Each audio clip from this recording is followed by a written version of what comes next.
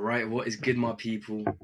Oh, I think the thing's frozen. Yeah, we're leaving that in. What is good, my people? Is your boy Daniel Vex here. Welcome back to the channel. I know it's been like 3 weeks since I last uploaded a video. I apologize. I've just been ridiculously busy. I just haven't really had time to sit down and do a bootcamp episode, but I've made some time right here on a nice Sunday for us to do the next episode. It's episode 13 of the Indices Bootcamp. If you made it this far, if you've been waiting for episode 13 to drop, I appreciate you. Thank you for being here. Thank you for absorbing the value. And hopefully you've gained a good amount of knowledge up until this point. Hopefully you've been backtesting some of the pieces of analysis I've shown you. And hopefully some of the mindset shit has actually benefited you in a substantial way. So yeah, today's video is kind of about piecing together the system. Granted, there's a couple of other technical factors that we can go through. There's some more elements charting wise that we can go through. But as of now, you guys have the foundational steps of what it really takes to actually start implementing the system. Now, I really want to make it clear that I've literally given you guys like 80% of my trading plan completely for free. I usually charge people on my one-to-one mentorship program, charge upwards of £1,000 depending on the program, and there's a couple of things that vary, but the point is that I usually charge for this information and I'm giving it out for you for free on YouTube just because I feel like doing it. Now, with that being said, I also do want to make it super clear that just because I'm giving you the system and just because I'm showing you the strategy, it doesn't mean that you're going to be able to trade it the way that I trade it. You see what I'm saying? Because obviously I've built this system over the past 5 years. I've literally taken tens of thousands of trades using this methodology. I've taken thousands of losses with this exact same methodology. Like, there's an element of experience that cannot be duplicated. You can't necessarily teach to someone through a YouTube video. And this is what I always told to my mentorship students as well. Even recently, the past couple of months, I had some new students join, and they've kind of been like to an extent confused, like, yo, bro, why did you teach everything for free on YouTube? Like, why have I just paid and now we're doing the mentorship and now you teach me the same concept? And again, it's not necessarily the concepts themselves, it's not necessarily the system itself, but it's the approach to the market, it's how you implement it, it's how over a long term you can consistently trade the same system and not lose faith and not lose confidence and still remain having good psychology and having a disciplined approach. Again, it's very difficult for me to articulate it and kind of explain it to you guys. So if you know, then you know. If you don't, then you don't. Whatever. Let's get on with the video. So up until this point, up until episode 13, what have we covered? Well, we've done impulsive and corrective waves. We've done market structure. We've done some key level identification. We've done high probability trading conditions. We've covered depletion. We've covered the EMA crossover. And what else have we covered? Let me just double check.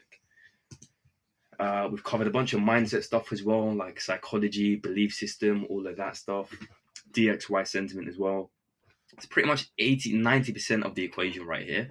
Now, I want to just do a couple of backtesting examples in front of you to show you how we kind of implement this all together and kind of to piece it together for you guys and actually give you something to go ahead and backtest and start trading. So granted, right here, I am cherry picking. I have picked like 1-2 examples, but I'm not exactly familiar with the price action. So we're going to try and do it like it was a live market, but obviously not a live market, so just bear with me. But cool. Step one, whenever you come onto any chart at all, this is your first step in the trading plan, in the system that you're going to be following. First step, what is the market structure? Now, this is the first question you ask yourself. Are we impulsive? Are we corrective? That is it. It's one or the other. There's no half impulsive, half corrective. It's just, are we currently impulsive? Are we currently corrective? Now, this links in very heavily to the second step of the trading plan, which would be identifying market structure. So it's kind of the same step, but it's split up into like 1A and 1B, for example. So what is the current market structure? Are we bullish? Are we bearish? And beyond that, are we impulsive? Are we corrective? Well, looking at the current price action, and again, bear in mind when we refer to price action and we refer to market structure, primarily on the indices, we're only really looking at 2 weeks of price action. We're not interested in taking historical context. We're not looking at this overall movement and being like, yo, we're in a corrective, because that's not beneficial to us. The indices, primarily US 30, are very, very volatile. They're very recent, very current price action, current behavior. So you're only really looking at like the past 2 weeks of price action. So in this sort of scenario, we can see the past 2 weeks is kind of this rough general region from like about here to about here. That's the kind of 2 weeks that we're looking at. Now, just based off of simply what we can see, we've done a low movement, so a bearish impulsive, and then we've had an immediate bullish impulsive that's now come up and broken the previous structural high. So I would say based off of this, it's bullish market structure. Now, the strength of the bullishness, that varies. Whether or not we're in an impulsive or corrective wave, that can still vary, but just market structure is bullish currently. I would say in terms of whether or not we're impulsive or we're corrective, I would say overall, and again, now using historical context, overall we're in a corrective, but the most recent price has actually been impulsive. You can see the past 7 days of price action right here. We're printing relatively strong bullish candles. Cool. That's the first step. Now, I also want to point out to you guys that when we look at market structure, even though we're looking at the past 2 weeks and we're not really looking at anything beyond that, if there is a major structural point or there's some very clear information that you can see, it makes sense for you to look at that information and to take context from that.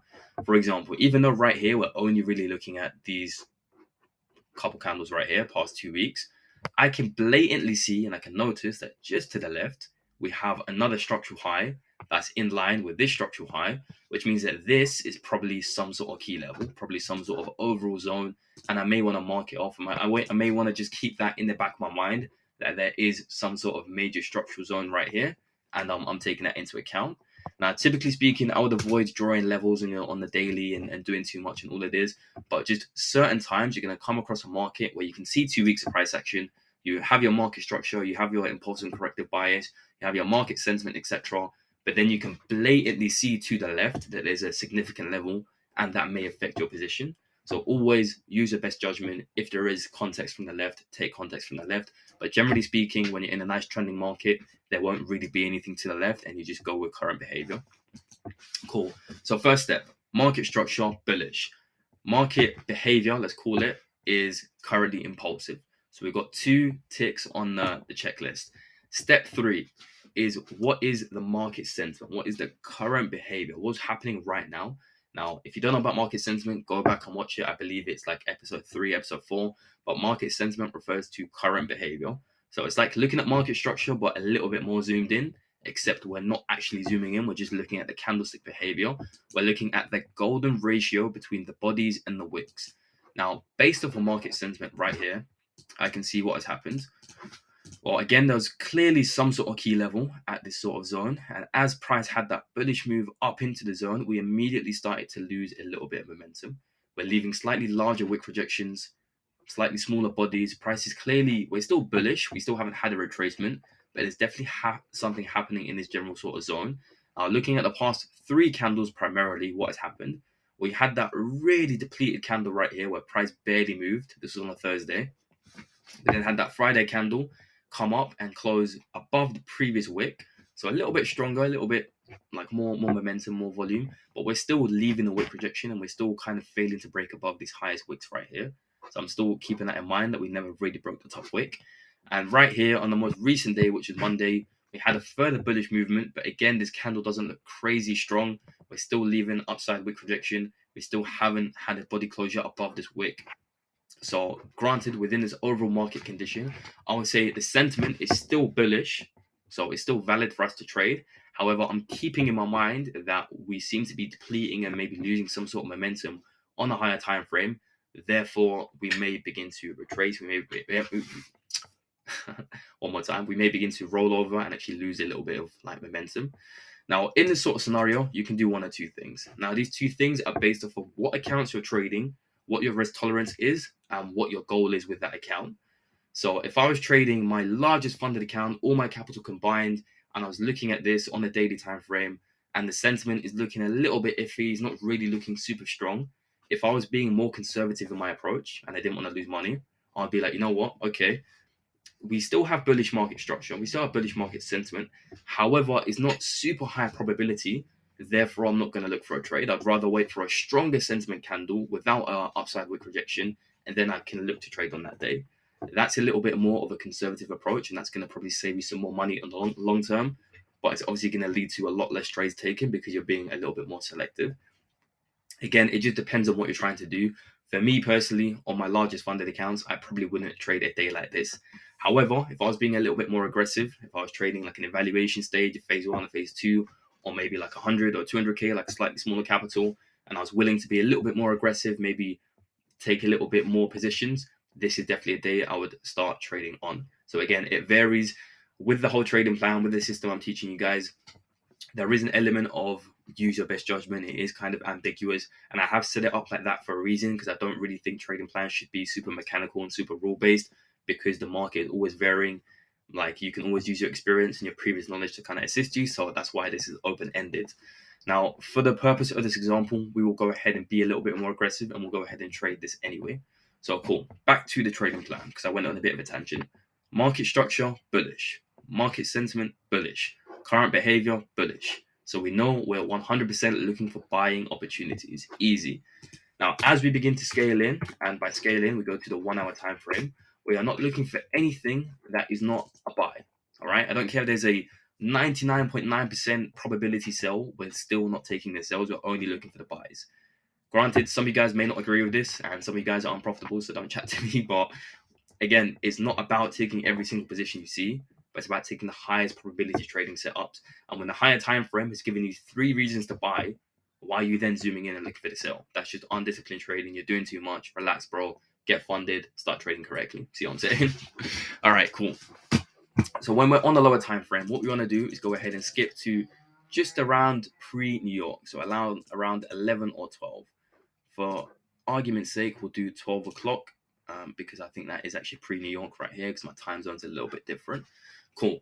Now, on an hourly time frame, your main job above all else, number one, is obviously you're also looking at overall structure. So we can see right here, still bullish structure, higher highs, higher lows, looking very, very nice. But your main job above all else is you're trying to identify an intraday key level, some sort of point of interest. This can be a psychological level. It can be previous structure, a low, a high. It can be an accumulation. Identify some sort of key level. Now, again, remember what you're trading. We are trading the indices right here, US 30. So it does not make sense for us to come and mark out the structural low, because we're now around New York session. So we know in this next hour, we're going to have a large amount of volume. What are the odds that we have a really deep retracement the whole way down here and then continue way back up? Well, probably relatively low, because price action, especially on the indices, doesn't tend to go in for deep retracements. So when we're looking at a key level, we're looking at the most recent current price. 9 times out of 10, if you open up your chart on an hourly time frame and price is in an accumulation like it is right here, that accumulation is your structural low or is your structural high, depending on what direction you're looking at. Again, you could also use this structure here to the left and mark out these highs. But again, in this sort of circumstance, marking out the highs doesn't really benefit you, because we're now below the level and it doesn't really make sense. So you'd be using the structural lows right here, makes a little bit more sense. If you can't see it on our hourly time frame, if you can't identify any sort of zone on an hourly, or it's a mess, or there's just no sort of structure, you can always zoom in and go to a 15-minute time frame and try and identify some structural lows once again. Generally speaking, if you found a level on an hourly, you can always kind of refine it and kind of vary it and make it bigger or smaller depending on what you see on a 15, but it's not really necessary. Again, through time, through experience in the market, through just lots of effort spent trading the exact same system, you'll eventually get to a point where even when you draw on an hourly or a 4 hour, when you're on a 5 minute or a 15 minute, your zones are still pretty small, because you're just doing it very accurately on a higher time frame. Doesn't need to be done, but just through experience, you're going to get to that point as it is. All right, cool. So at this point, we've done the market structure, market sentiment, we've done the behavior. We have 3 confluences on a higher time frame telling us to buy. We've now zoomed in around pre-New York. So during our session kill zone, that little window of opportunity, we've found a key level, we've found a point of interest. At this point, you would also want to confer, or not confer, you'd also want to check the dollar and see what the dollar's doing. Granted, we can't do that in backtesting mode because it just won't allow it. But the idea is you should kind of be seeing something similar on the dollar, but take place vice versa. So the dollar should be looking to short while you're looking to long on US 30. Those are when you're going to find the highest probability trading setups. Not always one-to-one. Sometimes you're going to come onto the dollar. It's going to be consolidating or just doing something random. Certain times you can disregard it, but majority of the time, like 80-90%, the dollar will be in line, but in the opposite direction. So granted that is also confirmed, we then move on to step 4 or step 5. I don't know which step we're on at this point, but the next step. Cool. If we come to a 5-minute time frame. Now, on a 5-minute time frame, what are we doing? Well, we're simply waiting for price to tap into our key level. So this is our point of interest. We simply sit here on a 5-minute time frame and we wait for price to tap in. Now, after price taps in, what we do is we don't immediately go ahead and buy. I know a lot of traders love to do this right here. Well, price will tap into a level and they'll immediately execute a position. Now, granted, you can trade like this. There is a lot of people that trade like this. This is not how we trade. This is very much anticipative trading when you're trying to predict what price action is doing. What I like to do is reactive trading, where I'm simply reacting and making moves based off of what price action is showing me. Because again, at this point, if you execute a position immediately on the first rejection or the first candle or whatever, you always run the risk of price tapping into your level, giving you a little bit of profit, and then just dumping on you. And then you get stopped out, you're in a little bit of profit, you're really annoyed, you're like, oh, what happened? And then later on, price does this, and you're like, whoa, I was right the whole time, but I just bought too early, and you just get super annoyed. Believe me, you're much better off waiting for the confirmation entry, taking a slightly smaller risk reward ratio position, so maybe not 1 to 1.3, but like a 1 to 2. You're much better off doing that and actually catching the move than getting stopped out because you took an early trade. You see what I'm saying? Again, it's all a capital game. So after price taps into your level, what we're waiting to see is we're waiting to see two confluences. Number one is a little bit of depletion. So you want to see price slow down. We want to see an indication that price is failing to break the structural low. Now, depletion is going to look different in every sort of circumstance. Sometimes it may be an accumulation of bodies getting smaller. Sometimes it may be a bunch of wick rejections getting longer. Sometimes it may simply be price just creating structure and breaking structure in the same zone as a result of it failing to break the low. So it does vary, and this is something you guys are going to have to go ahead and experiment with. You're going to have to backtest. You're going to have to actually put in work and data and do some data collection to figure out what I mean by depletion, and also go back and watch the previous video. But that is what we're waiting for around this sort of zone. Cool. So we're sitting here, we're waiting, price is melting, etc. We're waiting. Now, I want to also make it relatively clear right here that if price does something like this is not necessarily an invalidation of your trade. It may just be a liquidity grab at the lows. You see right here, price came in, created a low, had it attempted kind of fake out right here, created another low, essentially equal lows just below right here. And then what happens? Price takes the lows and breaks back in. Little bit of smart money stuff for you guys right there, isn't it? Again, if you want to learn about liquidity grabs, number one, let me know in the comments. I'll make a video on it. Number two, YouTube it. There's like thousands of videos out there, but I probably will make a video anyway. But yeah, liquidity grab of the lows. Furthermore, the reason that depletion looks different depending on what you're looking at is also the time frames. Because this right here is a strong body closure below the level, which usually would be like price breaking a level. But if you are on the 15-minute time frame, for example, this could equally just be a wick rejection, and this could equally just be one liquidity grab of further wicks. You see what I'm saying? So it varies depending on the time frame you're looking at. I would say until you start to print structure below your level. So if we started breaking below and actually forming like bearish structure like this, okay, at that point the trade's gone. But generally speaking, one or two candles that break below your level and then immediately break back above doesn't really mean anything. If anything, it's a further confirmation of a liquidity grab, in my opinion. So cool. At this point, we've seen price approach the level. We haven't really had the cleanest depletion. And granted, I literally don't know what happens in this example. I haven't memorized it. I didn't pick this. I just found one thing on the daily time frame, and we're zoomed in together. We're doing it together. But this is actually a great example because price action is not always going to be perfect. You're not always going to get the perfect gradual depletion and a nice change of character and a perfect 1 to 2. Like, that's not how the market moves. So this is actually a very good example. So we tapped into the level, had an immediate reaction, wasn't quite depletion, so we wouldn't have taken a trade quite here. Price came back in, kind of held it, fumbled about, etc. And we now broke below the level and broke back above. So to me, this just kind of seems like a liquidity grab. But overall, the past like 30, 40 minutes, we've still been in the same general sort of zone. Price hasn't really moved anywhere. We didn't break below. This, to me, the fact that we stalled out after breaking a low kind of means that price wants to push up. Because if we wanted to push down, we broke the low, we would have just pushed down. But we immediately stalled out and pushed back up. So to me, this general section right here is kind of the depletion. Not quite, it's not super clean depletion, but to me, it kind of seems like the depletion. Cool. Now, at this point, what I'm waiting to see is a change of character or a break of structure back in my direction. Furthermore, this right here is a great indication of depletion right here. You see how price, again, we broke below. We had that little temporary liquidity grab. We stalled out, immediately broke back above structure, retested. So we printed a higher high, higher low. And now what does price look like it's about to do? Well, it looks like it's about to come up and break the structural high. So our entry in this sort of scenario will be on the change of character or on the break back above structure. Now we only enter on candle closure, not on a wick rejection. So this right here, we wouldn't have entered the trade, wouldn't have taken that position.